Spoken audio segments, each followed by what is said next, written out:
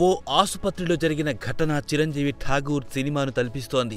ఆ సినిమాలో చనిపోయిన వ్యక్తి బ్రతికే ఉన్నాడని నమ్మించి కొన్ని గంటలు వైద్యం చేసినట్టు నాటకమాడి చివరికి చనిపోయాడని చెప్తారు. సరిగ్గా ఇలాంటి ఘటనే పాకిస్తాన్లో జరిగింది.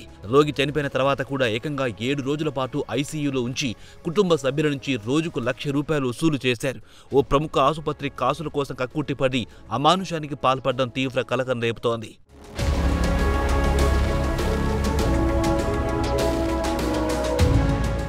వైద్యులను భగవంతుడితో పోలుస్తూ వైద్యో నారాయణో హరి అంటారు. ప్రాణాలను నిలబెట్టగలిగే శక్తి వైద్యుల చేతుల్లోనే ఉంటుంది. అందుకే వారి సేవలకు సలాం కొడతాం. కానీ ప్రస్తుతం కొందరు వైద్యులు, ఆసుపత్రులు దానికి విరుద్ధంగా పనిచేస్తున్నాయి. కొన్ని ప్రైవేట్, కార్పొరేట్ ఆసుపత్రులు కాసుల కక్కుర్తితో వైద్యాన్ని వ్యాపారం చేస్తూ రోగుల ప్రాణాలతో ఆడుకుంటున్నాయి. వైద్య సేవల పేరుతో అందిన కాడికి దోచుకుంటున్నాయి.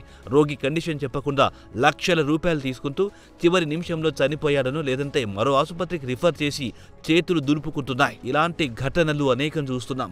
పాకిస్తాన్లోని ఇస్లామాబాద్ పిమ్స్ ఆసుపత్రి చేసిన పని అందరినీ అవాక్కయ్యేలా చేసింది. 7 రోజుల పాటు చనిపోయిన వ్యక్తిని ఐసీయూలో ఉంచి రోజుకు ₹1,00,000 వసూలు చేసింది. ఈ విషయం బయటపడడంతో ఆసుపత్రి తీరుపై తీవ్ర ఆరోపణలు వెల్లువెత్తుతున్నాయి.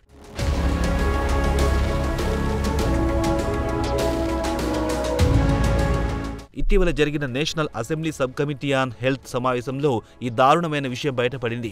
కమిటీ సభ్యురాలు షైస్ట్ ఖాన్ ఈ ఆరోపణలు చేశారు. రోగి పిమ్స్ ఆసుపత్రిలో చికిత్స పొందుతూ మరణించారు. అయినా ఆసుపత్రి యాజమాన్యం ఆ మృతదేహాన్ని ఐసీయూకి తరలించి 7 రోజుల పాటు వెంటిలేటర్పై ఉంచింది.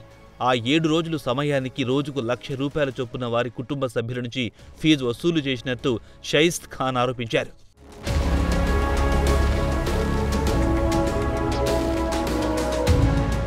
ఠాగూర్ సినిమాలో జరిగిన ఆ ఘటనలో చివరి క్షణంలో చిరంజీవి వచ్చి ఆసుపత్రి వైద్యులు చేసిన బండారాన్ని బయట పెడతారు.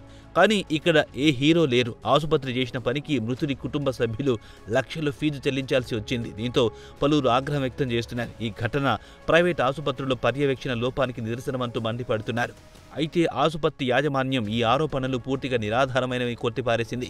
అయినప్పటికీ ఈ విషయం సోషల్ మీడియాలో తీవ్ర చర్చనీయాంశంగా మారింది. ఈ ఘటనపై సమగ్ర విచారణ జరిపి నిజాలను తేల్చి ఆసుపత్రిపై చర్యలు తీసుకోవాలని పలువురు డిమాండ్ చేస్తున్నారు.